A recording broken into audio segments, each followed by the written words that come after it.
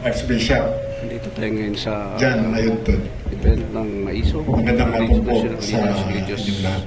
Leaders po at guest natin Mayroon tayong si ex-PDEA Agent Pangulong Jonathan Morales. Banga. Nasabi ko po ito dahil po sa aking personal experience. Personal knowledge. Sabi nga sa korte, napaka-importante sa isang testigo na umuupo sa korte, lalo na kung ang testigong ito ay mayroon siyang personal knowledge. Ano po ba yung personal knowledge na na-acquire ng inyong lingkod? Nangyari po ito noong 2012.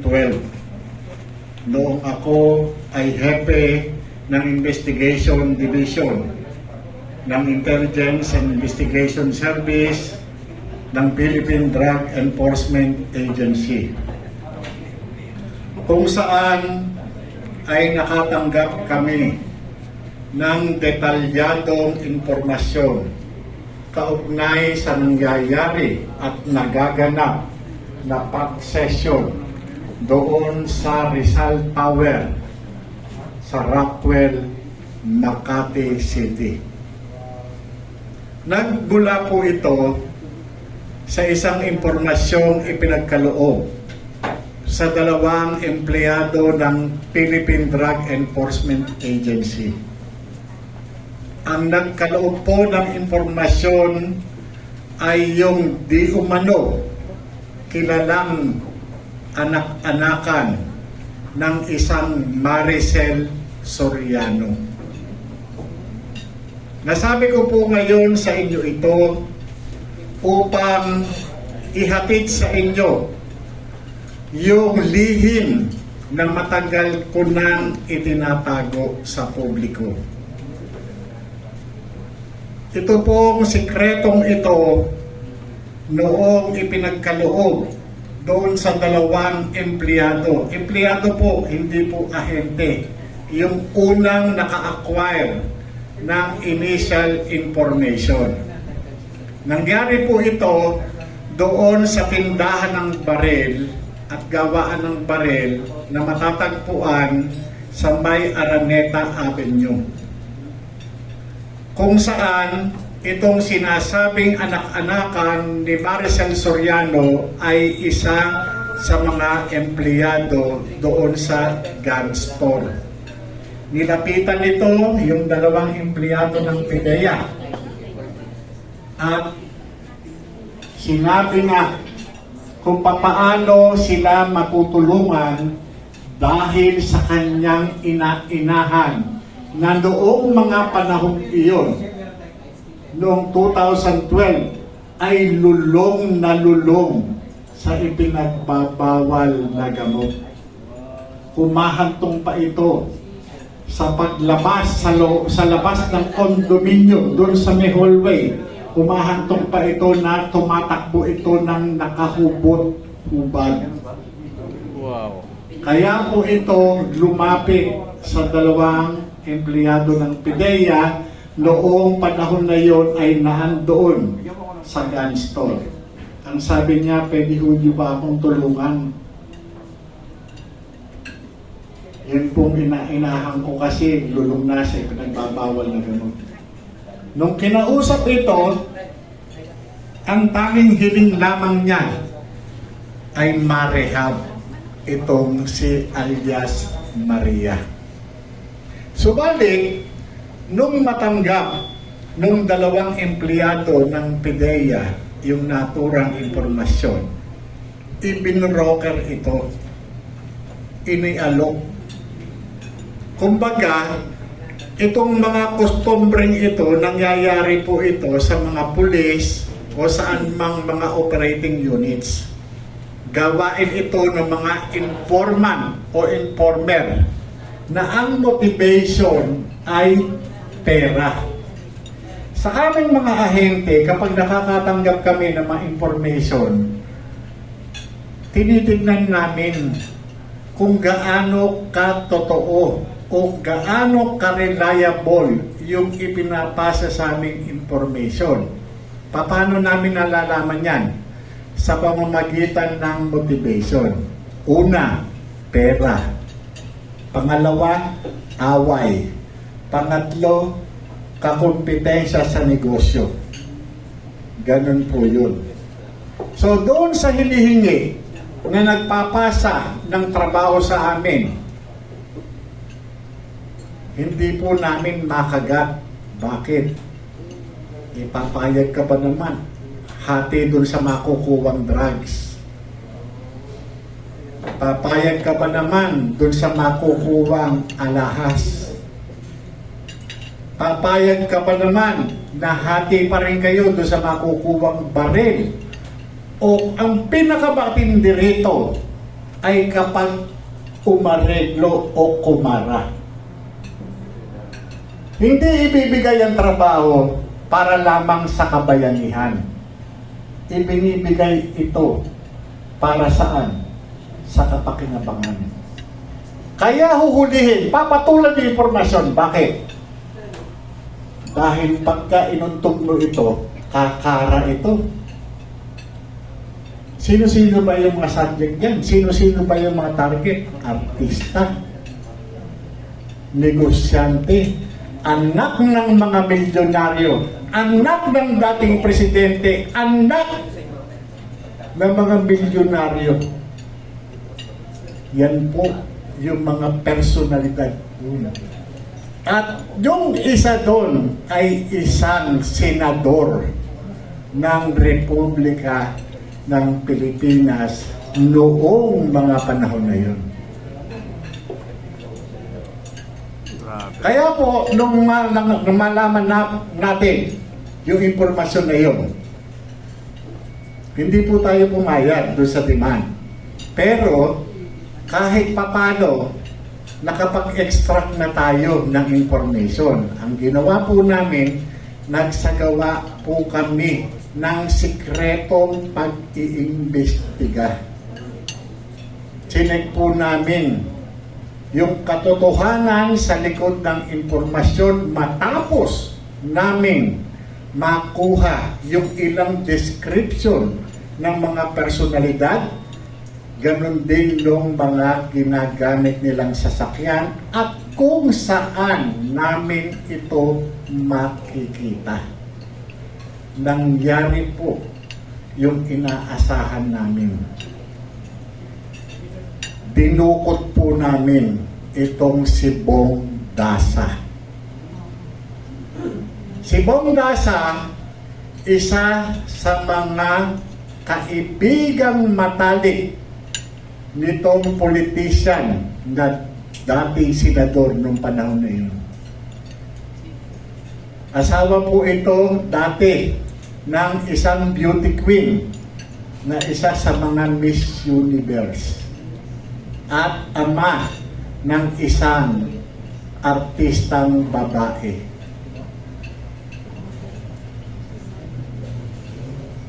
Noong po makita namin itong si Bong Dasa sa area ng Barangay Poblasyon doon sa mga Gimikan, isa doon sa Gimikan, malapit sa Makati Avenue, kinalawit po namin ito. Alam niya yung kanyang pagkakasala, pero noong mga panahon na yon, wala kaming nakitang kahit gatiting na dangerous drugs. Pero isinalalim po namin ito sa tactical interrogation. Hindi po namin ito dinala ng PIDEA. Isinakay po namin ito doon sa service ng PIDEA. Magmula nung makuha namin ito, nilagyan po namin ng talukbong yung ulo niya, nakaposas po yung kamay niya sa likod. Naghalo ang pawis, uho, takot, luha sa taong ito. Talagang papalik-balik kami, monumento, Molopecia, ganun. talagang kumakalog yung loob ng sasakyan. Talagang nagmamakaawa siya. Between life and death, ibibigay ko po kung ano ang gusto niyo. Ibinigay nga niya yung kanyang mga kasama. Kabilang na dito si Bongbong Marcos. Wow. Grabe. Yan po yun. Ibinigay po niya, ako, kinakinabutan ako pag binabalikan ko yung alaala na yun Binigay po niya, under duress siya. At, paano kami maniniwala sa sinasabi mo? Yun po, andyan po sa cellphone ko, yung mga gusto niyong makita at malaman. Yung mga images na naka-store doon sa kanyang cellphone, ito po yung pinakita niya sa amin. Kung saan doon namin nakita kung papaano sumisinghot ng white powdery substance itong si Bongbong Marcos, kay Maricel Soriano at iba pa. Yan po yun. Kitang-kita po. At yung pong mga litrato na nandoon sa kanyang cellphone, i-download po ito doon sa PIDEA. Bakit ilalaglag ni Bong Dasa itong si Bongbong Marcos? BFF yan. Sa katunayan, nung presidential inauguration ni Bongbong Marcos, naglaan pa ng isang bakanteng upuan upang magtaglay ng litrato ng kanyang namayapang kaibigan. Bakit ilalaglag? Hindi po siya inilaglag ng kusa. Inilaglag po si Bongbong Marcos nung itong si Bong Dasa ay namili sa kanyang buhay at kamatayan. Dahil nung mga panahon na yon, naisip malamang ni Bong Dasa, mukhang hindi ako makakauwi ng buhay. Mukhang hindi ako ikukulong nitong mga ito. Sapagkat nung panahon na yon, itong si Agent Morales, mistula siyang alagad ng ewan ko. Dahil kapag nakuha ka ng grupo ni Agent Morales, talagang, naku po, luluwa ka ng barko sa hirap. Pinakamahirap po na nakaranas sa amin ng tactical interrogation ay Chinese Red Army. Itinatapon na lamang po namin o pinakikremate dahil wala kaming makuha ng impormasyon dahil inaatake sa puso. Ganon po kami kumuha ng tao noong panahon ko. Ngayon po, itong nangyari na ito, matagal na nakalipas na panahon. Matapos na itago ko sa PIDEA, iniwan ko po yung mga dokumento na nagpapatunay na itong si Bongbong Marcos ay involved sa nefarious activities, particular na doon sa paggamit at pagsasalya ng illegal na droga. Alam niyo mga kapatid, yung testimonya nitong si Bong Dasa, matapos siyang magpasya na maging deponent, nagbigay ng kanyang testimony na na-reduce ko sa short statement upang mag-apply ng search warrant. Nabanggit niya na isa itong si Bongbong Marcos sa pinanggagalingan ng kanilang ginagamit. Ibig sabihin, itong si Bongbong Marcos, hindi lamang siya gumagamit, kundi nagtutulak pa. Siya. Pinanggagalingan pa ng illegal na droga. Grabe.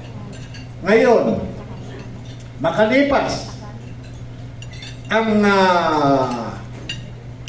kulang 1 taon, ito po yung binabalikan po yung pangyayari. Bakit ba ako natanggal sa PIDEA? 2012, nung mauntog namin itong si Bong Dasa, kinunan ko ng statement at nagkasa ako ng operation, ng anti-illegal drugs operation. Gumawa ako ng memorandum para doon sa aking boss. Gumawa ako ng pre-operation report. Gumawa ako ng authority to operate. Upang formal na hiningi ng approval ng aming opisina. Ngunit, sa kasamaang palad, ito ay hindi pinayagan ng aming Deputy Director General for Operations. Dahil noong mabasa niya na ang target ay isang prominenteng tao, inihingi po niya ito ng clearance sa Malacanang na usual na ginagawa ng PIDEA pagka malalaking trabaho o malalaking tao ang involved.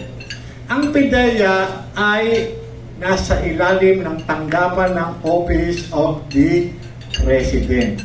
At noong mga panahon na yon, ang natatawagan ay yung tanggapan po ni Executive Secretary Paquito Ochoa. Noong mga panahon na yon, hindi ko po alam ang koneksyon nitong Executive Secretary at ni Lisa Marcos. Hindi ko po alam yan eh. Ngayon ko na lang po nalaman noong magkaroon ng PIDEA leaks. Ito pa lang si Ochoa at itong si Lisa Marcos ay business partner o law partner. Sila pala yung bumubuo ng MOST law offices. Marcos, Ochoa, Serapio, Tan law office. Sila po pala yan. Nalaman ko lang po yan kailan lang kay Maharlika. Makalipas po yung yung halos isang dekada. Doon ko naalala kung paano ako sinurot-surot, minura, pinagpantaang tatanggalin sa gobyerno, hindi ka na makakabalik. Nung ako ay ipinatawag sa Mabini Hall ng tanggapan ni Executive Secretary Paquito Ochoa. Kaya nga magtataka kayo paano nangyari na itong si Marcos na dapat target ng PIDEA noong panahon ni Pangulong Aquino, bakit nabigyan ng pagkakataon na makaigtad? Kahit ako sabi ko, kala ko ba kalaban ni Aquino yan? Bakit pa iigtarin? Yun pala dahil doon sa Little President na konektado doon sa asawa ng Bongbong Marcos. Yun pala yun. Ngayon po, makalipas ang isang dekada, tahimik na akong nabubuhay bilang isang sibilyan. Tahimik kong pinalaki ang aking mga anak, tinaguyod ko ang aking pamilya. Hanggang sa mayroon akong natanggap na mensahe mula sa aking mga kasamahan sa PIDEA. Kuya, tignan mo, may inilalabas yung vlogger na si Maharlika patungkol doon sa mga pre-ops, authority to operate. Alam nyo, nung mapanood ko talaga yun, nanlambot ako Alam nyo kung bakit? Doon ako nakaramdam ng takot. Bakit? Yung trabaho ko noon, ito na ngayon, Pangulo na ngayon, Presidente na. Aba, hindi na biro ito. Kung noon, napakalakas ko, nakakaakit ako ng bubong, nakakasampa ako sa pader. Ngayon, hindi na. Ngayon, makapangyarihan ng tao nito. Pero, alam niyo ba kung ano, iniisip ko matino na siya kasi naging Pangulo eh.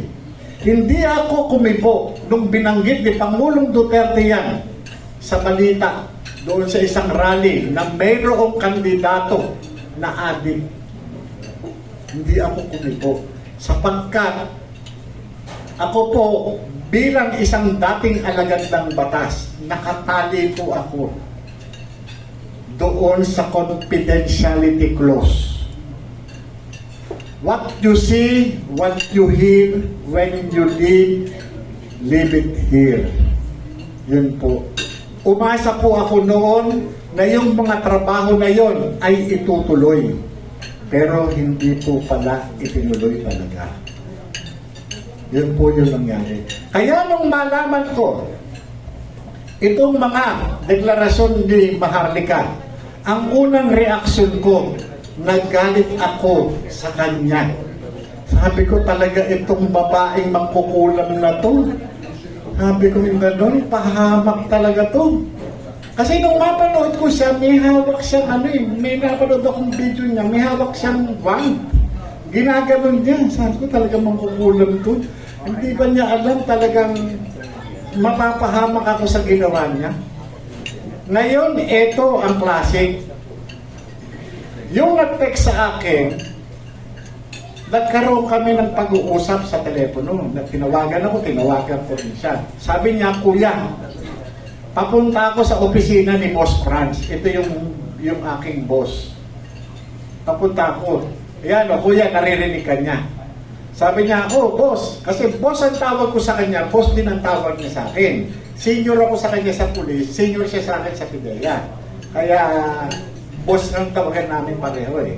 Sabi niya, boss, ganito na lang. Para hindi magulo, i-deny na lang natin. Total, wala naman nakakaalam yan. Sabing ganun.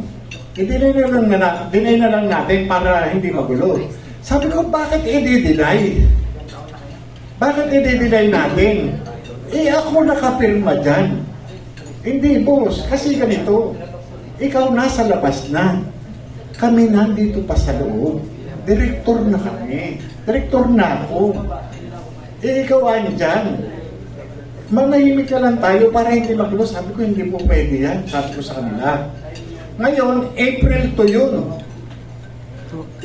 Lumipas.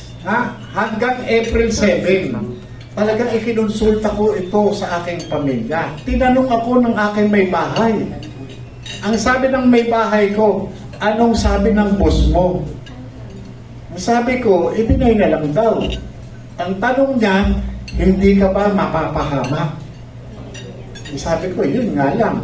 Kasi, kung ito lumabas, merong tiyak na may hawak ng kopya nito.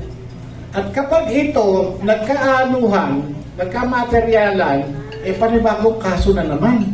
Hindi pa nga ako nakakaahon sa mga kasong ibinabato sa akin ng mga kalabang. Parang, alam nyo, sa totoo lang, parang multo yung kalaban ko eh.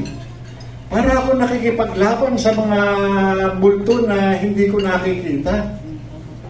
Kinakasuhan ako ng PIDEA, hinahabol ako ng mga kaso. Pinuin nyo, kagaya nung November 2023, 2 kaso na may parusang 20 years bawat isa. Awa ng Diyos, acquitted ako.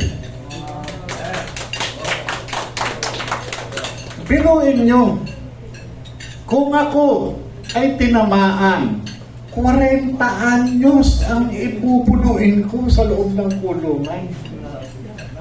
Tanda ka. Binuin nyo yung sinabi sa akin itong si Pakito Ochoa na hindi ka na makakabalik sa gobyerno kahit barangay. Nagkatotoo. Kaya doon sa Senado, nandun ako sa may bandang kanan niya, hindi siya makalingon sa kanan. Talagang titig na titig ako sa kanya. Ewan ko lang dito kay Senator Bato, bakit ayaw niya akong pagsalitain? Ayaw nila akong pagsalitain.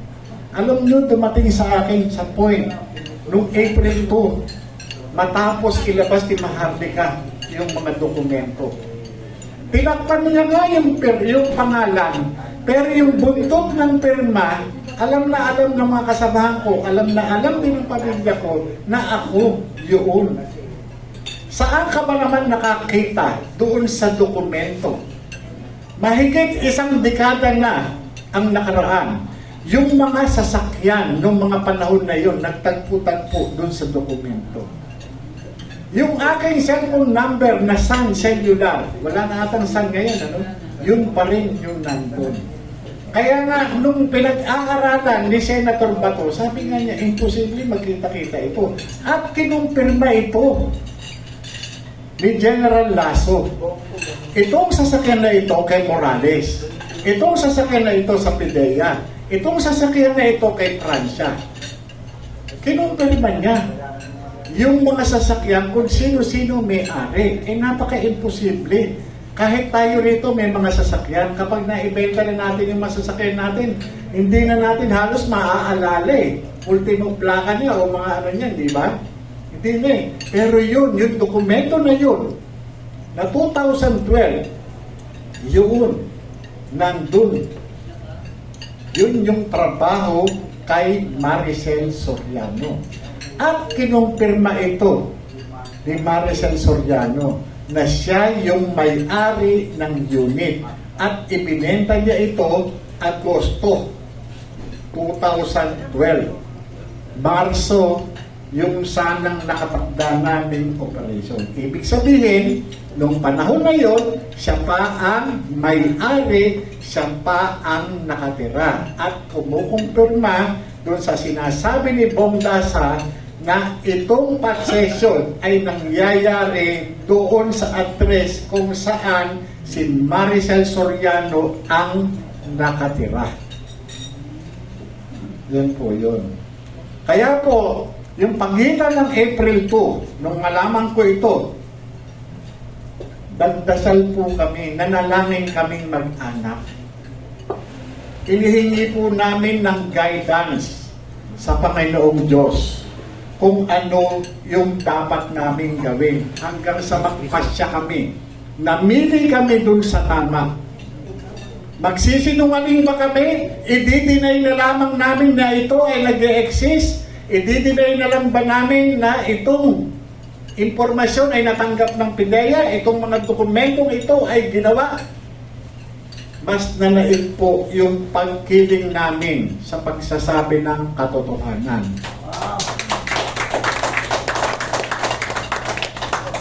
Nakatanggap po ako ng imbitasyon mula po sa Senado, sa Committee ng Public Order and Dangerous Drugs.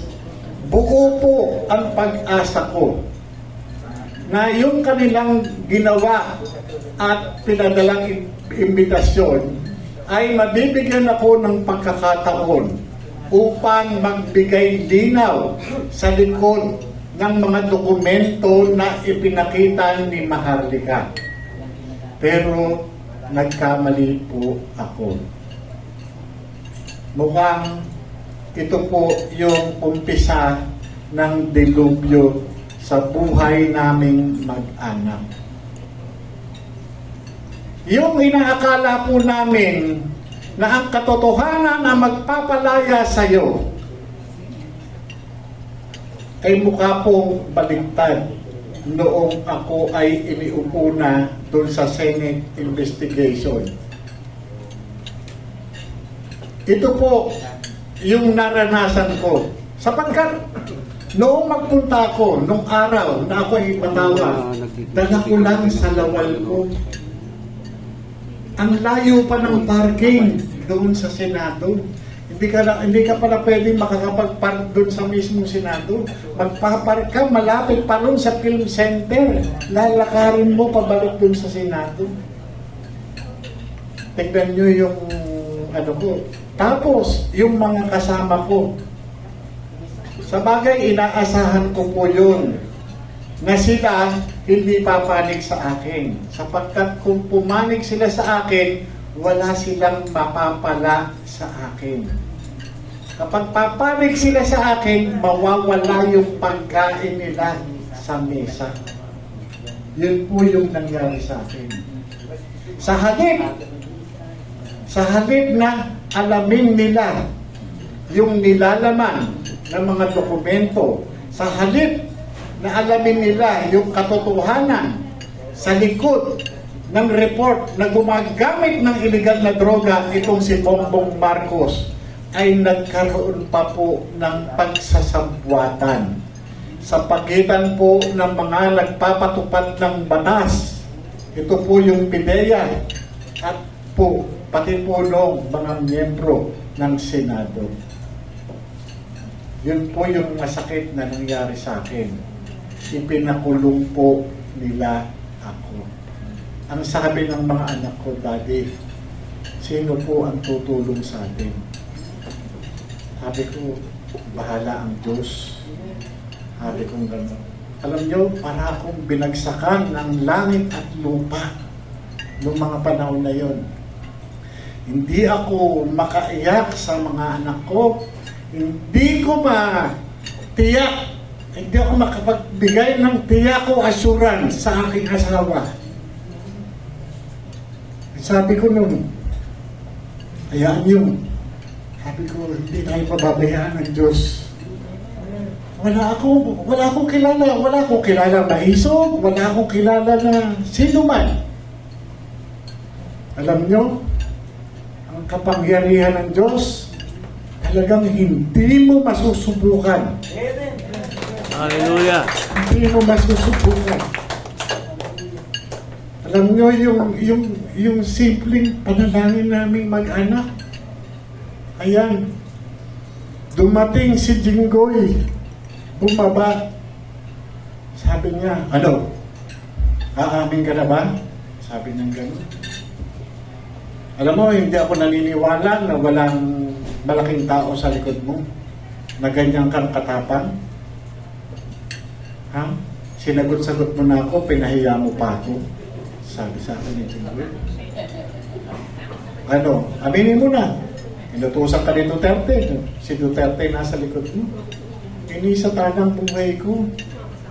Hindi ko po, si Pangulong Duterte. Hindi ko nga akong binoto yan. Ang binoto ko nun, si Grace po at saka si Chis Escudero. Opo, totoo po yun. Totoo po yun.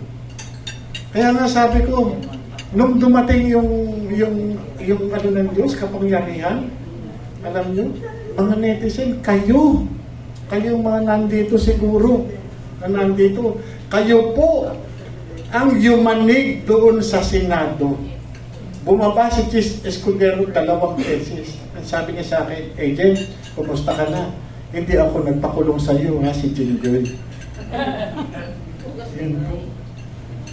Sabi niya, alam mo, hindi ko matanong sa iyo kung totoo o hindi yung sinasabi mo. Pero nakikita ko naman sa mata mo, sabi ng ganun, kung ano yung pinaglalaban mo. Sabi ko, Sir, andito lang naman po ako dahil pinatawag niyo ako eh. Andito lang po ako dahil dun sa nalalaman ko eh. Wala na pong iba. Sabi ko ganun. Nagkataon lang po, ang naging kasalanan ko lang, nahawakan ko yung kaso nito. Yun lang po. Yun lang po yung naging kasalanan ko. Pero, sabi ko, alam niyo po, sinulatan ko na po yan eh. Bilang alagad ng batas, sabi ko nga po, nung unang hearing, di po ba, kung nandun po kayo nun, ayan, nalantad na sa taong bayan. Pare-pareho tayong pulis. Pare-pareho tayong alagad ng batas. Magtatanga-tangahan na lang ba tayo? Yun po yung mga pananalita na inusal ko noon nung kasagsagan ng PIDEA Alex. Hindi po sila nakatibo. Pare-pareho lang tayo alagad ng batas. Nalantad na ito, wala tayong gagawin. Ngayon, tatanungin ko po kayo bilang mga alagad ng Diyos. Patuloy ba nating papayagan na pagharian tayo ng isang pangulo nalulong sa ipinagbabawal na Hindi. gamot? Papayag po ba tayo? Hindi! Papayag po ba tayo? Hindi! Yan po. Yan po ang hiling ko sa inyo. Magkaisa po tayo. Ako'y taos-pusong humihingi ng tulong sa inyo. Kayo na malalakas sa Diyos. Kayo na pinaniniwalaan ng Amang Diyos. Akayin po sana natin ang sambayan ng Pilipino. Huwag po tayong papayag pamuluan ng isang pangad na Pangulo. Maraming salamat po.